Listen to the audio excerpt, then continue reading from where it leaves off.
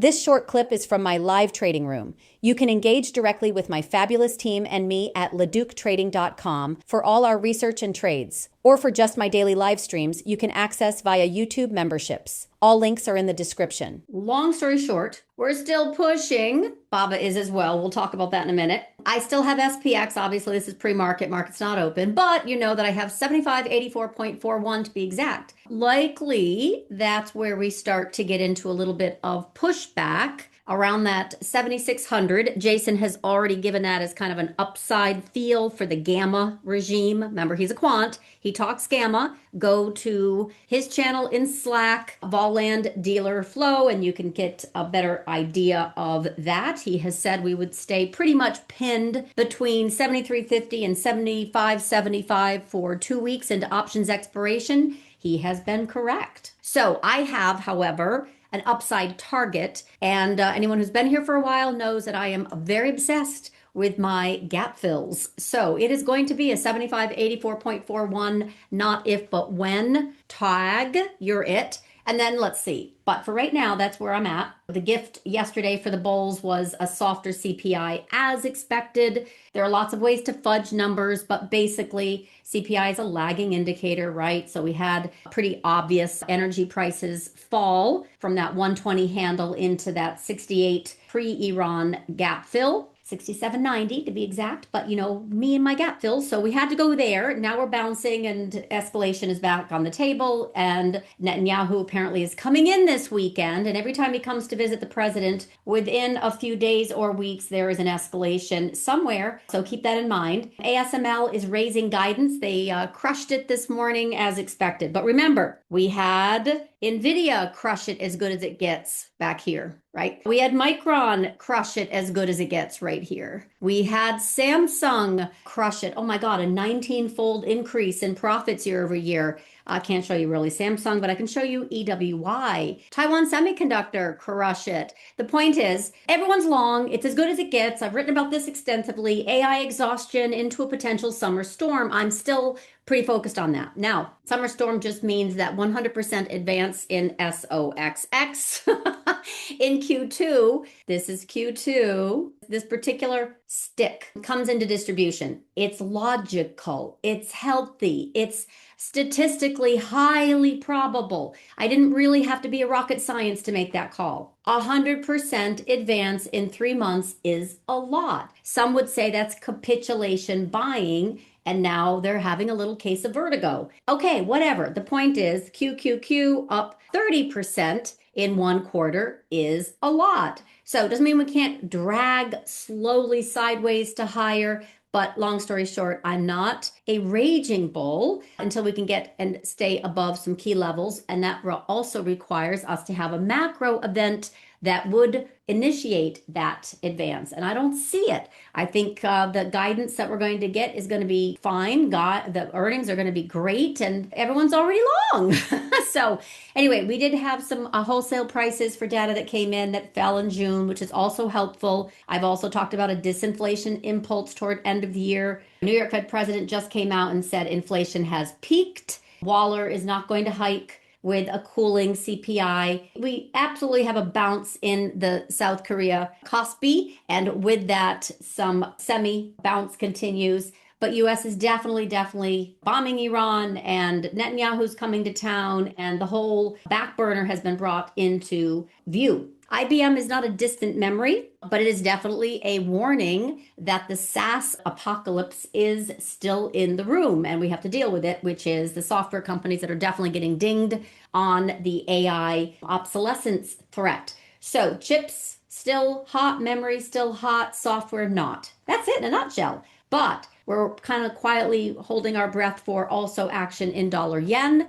MAGS 7 ratio, it is a little bit above on this weekly. So remember my thing was I think this will be a left shoulder, this will be a head, this will be a right shoulder. So we got several, probably months. This was 2 months, maybe 2.5 months, probably 2 months of sideways, which means all of July and all of August. So here is your monthly view. This is your 2023 NVIDIA crushing it with GPU earnings and then AI and then lots and lots of policy intervention by both Fed and Treasury. And then, of course, tariff terrors were delayed and canceled and all that intervention. And then we've got all kinds of other excitement with AI. Anyway, the point is this whole ecosystem has gone nowhere. Look at this MAG 7 ratio since October 2025. That's exactly where we are.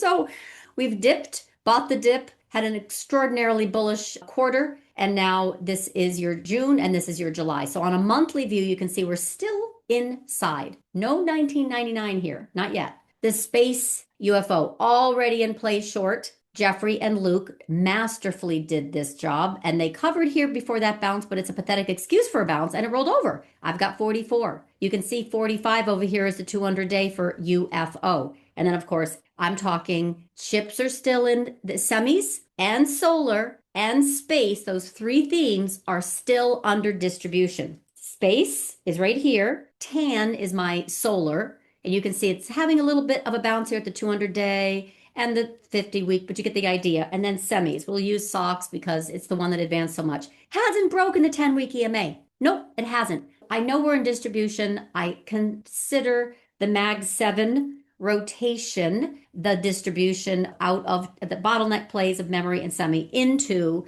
the hyperscaler plays. It's still working. So BABA is up a screaming amount. This was already a gorgeous. Luke has been on this. Jeffrey has been on this. I know a few of you, a client Brian has been on this. I'm looking for there's my quarterly. So what I said was, here's your quarterly level. Let's call it 95. Okay, 94, 98 for BABA is 95. Then 2 weeks ago, it did this doji, which means it's literally absorbing sellers. Price stops moving. Now let's see what happens. And boom, it was gorgeous. It was already stabilizing. We've been on the KWEB, the FXI, also the option teller flow in those bids were very, very bullish as it related to, they were selling puts, some directional bullish, but they were fine owning it down here. It was absolutely oversold. And then I said, this is a gorgeous Morningstar reversal. And specifically, it needs to get and stay above. I know this is really messy because I have so many on here, but it needed to get and stay above this kind of 102 area. And then boom, wouldn't you know it, bam, it opened up above the 21-day. Beautiful continuation, pullback, super duper pullback to 111.25 and the 3-day. Boom, Apple's doing business with BABA. It's screaming 7.3% higher right now into a monthly, but I can still see this moving higher. So this is gorgeous. 120 is critical. Let me show you what it looks like on a monthly without so many lines. Ta-da! So this is the monthly Chinese ADR heyday. Everything came down. SPACs, GameStop, Chinese ADRs, EV, you name it. And then 68 was the 2024 low. That was it. That was when Jeffrey first started accumulating. And it went from 68 to basically this masterful 182, 200 area. We know what happened after there. Came under distribution and now it's finding its legs again. That's a gorgeous reversal candle on a monthly. That's gorgeous. So the point is, Apple's doing well with the MAGS 7, that's MAGS, and then the KWEB is doing beautifully off of this gorgeous Bollinger Band bounce, bullish Harami, gap up, which I said is critical. So you do not want, if you're chasing this or swing trading this, bottom fishing play positioning type of thing, you don't want it to come back in 25.31 because that's the gap on a weekly. Gaps are powerful on a weekly. And look at this thing. It cut through monthly resistance, Keltner channel resistance, and now 10-week EMA. That's gorgeous. So you got folks coming in and you got shorts covering. It still has a lot of work to do. That is a massive downdraft from basically 44 to 24. And now it's just coming in from oversold. But it's it deserves it. It deserves this bounce. So you've got a lot of plays here. I know JD is slower to launch and it's a little disappointing because it made this double bottom off a monthly. I know a bunch of you played that right into that trend line. This is very, very quick. Look at this bottom monthly. Bullish Harami, just like all the other Chinese ADRs. I know for Edge clients, Jeffrey has really drilled into this. Luke is already all over this. So moving higher, gapping higher. That's a gap up into the 200-day. I would expect a little sideways shuffle here at that 30 mark on JD. But look at this. This is exactly what I mean by when you have a descending 200-day, then it gets above, comes back. But this is going to flatten out and start to move higher if this is a true trend reversal. If this is a true trend reversal, it's going to really start to digest here and then move higher. The 200-day I'm talking about. Look at the oscillator coming off the bottom. gorgeous. Lots of time this one can move, but let's not waste time if it goes sideways. It really needs to get back above this trend line. It's been here before, Only way that this is really going to be a trend reversal candidate in my book is when it can get and stay above all this junk. So it's kind of hard to see, but you got a lot of junk down here. So it's starting on its next little foray here into that trend line. Or actually, it already started 3 weeks ago, but you get my point, into that 32 area for JD. So anyway, Chinese ADR is working. That was part of the rotation play. That was very important part of the rotation play out of semis. I should say distribution in semis. I don't want to get people angry at me. I said the AI memory super cycle is just done for the year. It'll hit again. And then, of course, we do have ASML crushing, but they're selling it off. They did that for Taiwan Semiconductors. They did that for Samsung. They did that for Micron. They did that for NVIDIA, even though they were phenomenal beats across the board. It's just everyone's long. It's as good as it gets for right now. GitLab also boring off the bottom, but it is doing that thing up to the 50-week, pushing higher. I don't think it's going to last very long, but Rapid 7. So Rapid 7 was recommended once it came back and did this particular candle a month ago. I loved this bullish engulfing above the 10 and 21. The hack or the cyber space has been in Fugo. The bigger companies are already in blue skies, the Palo Altos, the Crowds, the FTNT. But Rapid 7 is this oversold mid-cap security software that has just been a dilution event. And it formed this gorgeous pattern, bullish engulfing, gorgeous, $7. Follow through. Oh my God, the 50-week. Now, I don't think it's going to last here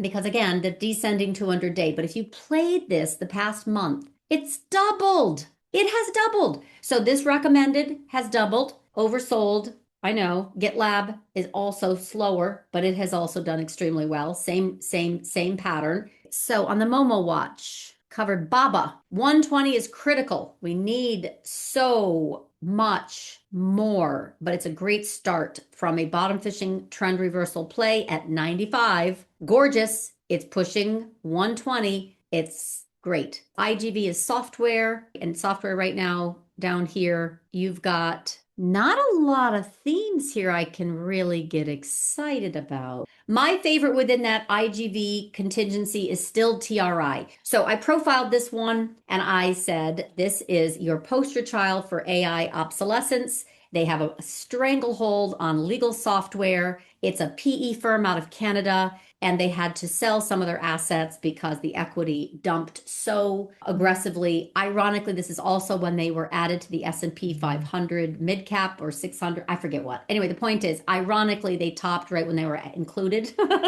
They were so proud. It was such a moment. Well, it went from 220 down to 76. That's a lot in a very short period of time. So this is a gorgeous bounce candidate, and just that. Bullish engulfing, follow through week. 1 month ago, recommended this, all of these that were having a software rotation flavor. Remember that? Then this had nice follow through the first week of July. Doji, which is fine. And I said, all we need to do is get above this trend line, and you'll go hit 94 and push potentially back up a little bit more. The next level, now that we're through, is 103, 107.60 area. I'm not even going to do, yeah, it's a monthly. Is that a monthly? Hold on. I wouldn't get too cocky about it, but this is definitely working. So that was very important as far as I'm concerned. This oversold bounce in some of the software plays. TRI, IGV is still holding. It's still holding the 89 area of support, and it really needs to get and stay above 98. So if you are long still the IGV contingency, you gotta